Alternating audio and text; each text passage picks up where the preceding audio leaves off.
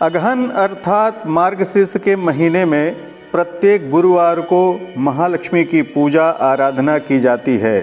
भगवती महालक्ष्मी की कृपा पाने के लिए व्रत उपवास तथा भगवती महालक्ष्मी की कथा सुनी जाती है।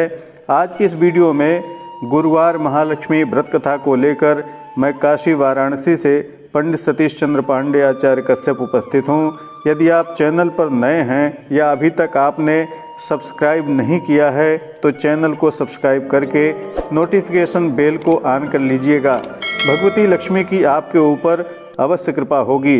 वीडियो को लाइक शेयर तथा कमेंट करना मत भूलिएगा।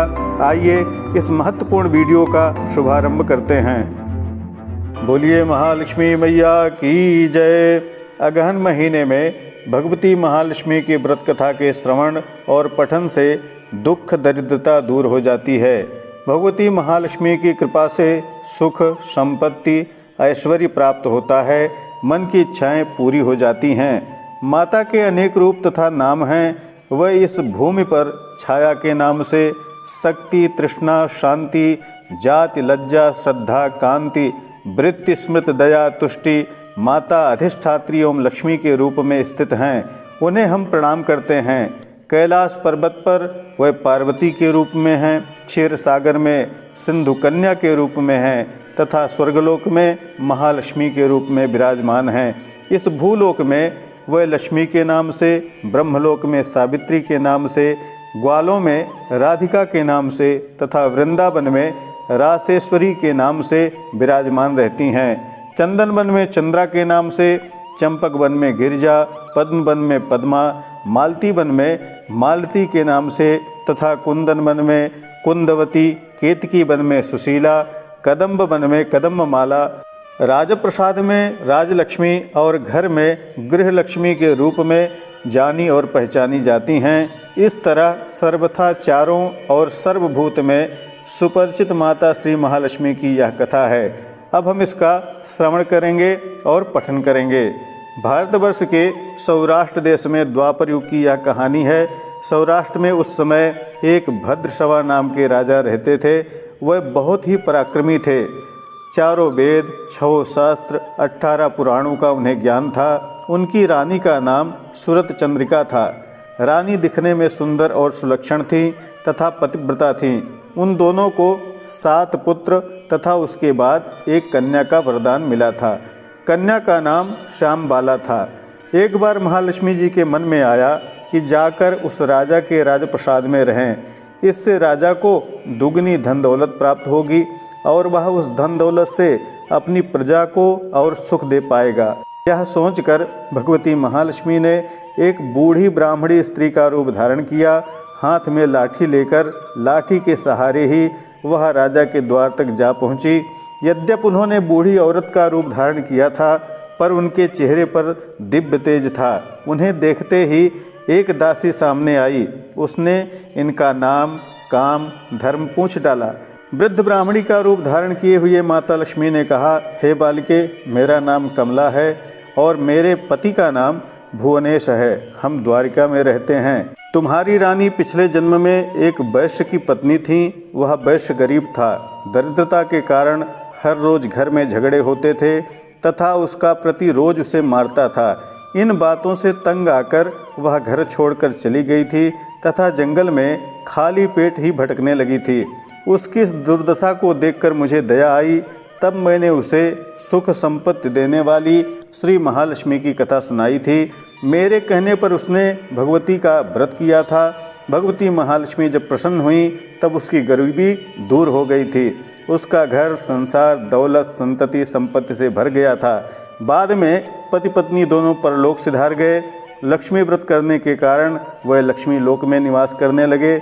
उन्होंने जितने वर्ष महालक्ष्मी का व्रत किया था उतने हजारों साल उन्हें सुख भोग मिला। इस जन्म में उनका जन्म राजघराने में हुआ है परंतु वह श्री महालक्ष्मी का व्रत करना भूल गई है। उसे यह याद दिलाने मैं यहाँ आई हूँ।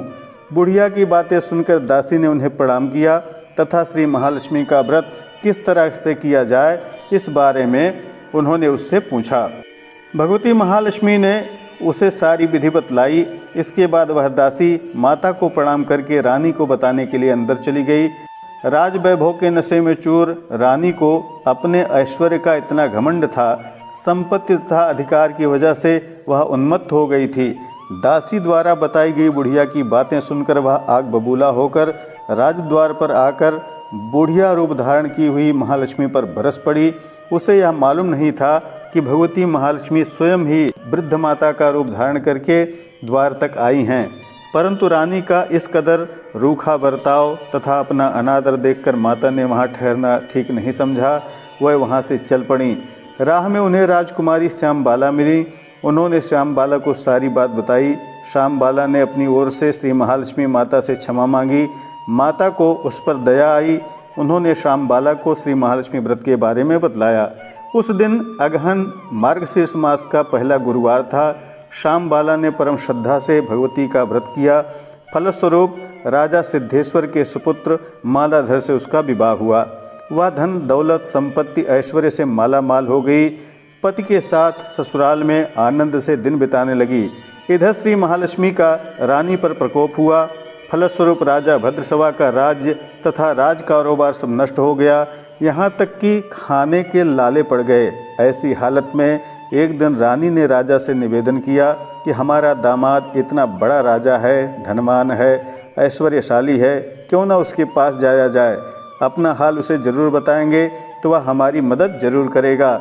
इस बात पर राजा भद्रशवा दामाद के पास रवाना हो गए। राज्य में पहुंचकर एक तालाब के किनारे थोड़ी देर विश्राम करने के लिए ठहरे। तालाब से पानी लेने आते जाते दासियों ने उन्हें देखा। उन्होंने विनम्रता से उसकी पूछताछ की। तब उन्हें यह मालूम हुआ कि वह रानी श्यामबाला के पिता हैं। तो दौड़ते हुए वे जाकर रानी को सारी बात बतलाई। रानी ने दासी के साथ राज परिधान भेजकर उन्हें ठाट बाट से राजभवन में बुलवाया। उनका आदर सत्कार किया, खान पान करवाया। जब वे लौटने लगे तो सोने की मोहरों से भरा हुआ घड़ा दिया। राजा भद्रशवा जब वापस लौटे तो उन्हें देखकर रानी सूरज चंद्रिका खुश हुई। उन्होंने सोने की मोहरों से भरे घड़े का मुंह खोल दिया। लेकिन हे भगवान, यह क्या हुआ? घड़े में धन के बदले कोयले मिले। यह सब महालक्ष्मी के प्रकोप से हुआ था। इस प्रकार दुर्दशा में और कई दिन बीत गए। इस बार रानी स्वयं अपनी कन्या के पास गई। वह दिन अगहन माह का अंतिम गुरुवार था। श्यामबाला ने भगवती लक्ष्मी का व्रत किया हुआ था, पूजा किया था। अपनी माता से भी उसने व्रत करवाया। इसके बाद रानी अपने घर आई। श्री महालक्ष्मी का व्रत रखने पर उसे फिर से अपना राजपाट, धन दौलत, ऐश्वर्य प्राप्त हुआ। वह फिर से सुख शांति आनंदमय जीवन बिताने लगी। कुछ दिनों बाद राजकन्या श्यामबाला अपने पिता के घर आई। उसे अपने घर देखकर सूरज चंद्रिका को पुरानी बातें याद आ गई। यह कि श्यामबाला ने अपने पिता को घड़ा भरकर कोयला दिया था और उसे तो कुछ भी नहीं दिया। इसी कारण श्यामबाला को पिता के घर आने पर उसका कोई आदर सत्कार नहीं हुआ, बल्कि उसका अनादर किया गया। पर उसने इस बात का कोई भी बुरा नहीं माना। अपने घर लौटते समय उसने पिता के घर से थोड़ा नमक ले आया। अपने घर जब वह पहुंची तो उसके पति ने पूछा, अपने मायके से क्या लाई हो? इस पर उसने जवाब दिया, वहाँ का सार लाई हूँ। पति ने पूछा, इसका क्या मतलब होता है? श्यामबाला ने कहा, थोड़ा धीरज रखिए, सब मालूम हो जाएगा। उस दिन श्यामबाला ने सारा भोजन बिना नमक डाले बनाया और परोस दिया। पति ने खाना खाया। खाने में नमक ही नहीं था, कोई स्वाद ही नहीं आया। फिर श्यामबाला ने थाली में नमक डाला। इससे सारा भोजन स्वादिष्ट लगने लगा। तब श्यामबाला ने पति से कहा, यही है वह मायके से लाया हुआ सार। पति को उसकी सारी बात समझ आ गई और वह दोनों हंसी मजाक करते हुए भोजन करने लगे। कहा गया है कि इस तरह से जो कोई भी परम श्रद्धा भाव से भगवती महालक्ष्मी की पूजा करता है, माता की कथा को सुनता है, पढ़ता है, उसे सुख संपत्ति शांति प्राप्त होती है तथा समस्त मनोकामनाएं पूर्ण हो जाती हैं। लेकिन जब यह सब कुछ मिल जाए तब भी भगवती को भूलना नहीं चाहिए। हर गुरुवार को इस व्रत पाठ को करना चाहिए, सुनना चाहिए। इससे भगवती सबकी मनोकामना पूर्ण करती हैं। भगवती की कृपा सब पर बनी रहे। बोलिए भगवती महालक्ष्मी की जय। वीडियो को लाइक जरूर कर दीजिएगा तथा कमेंट में जय माता की लिखना मत भूलिएगा। ऐसी ही महत्वपूर्ण जानकारियों के लिए बने रहें हमारे साथ। नमस्कार। जय विश्वनाथ।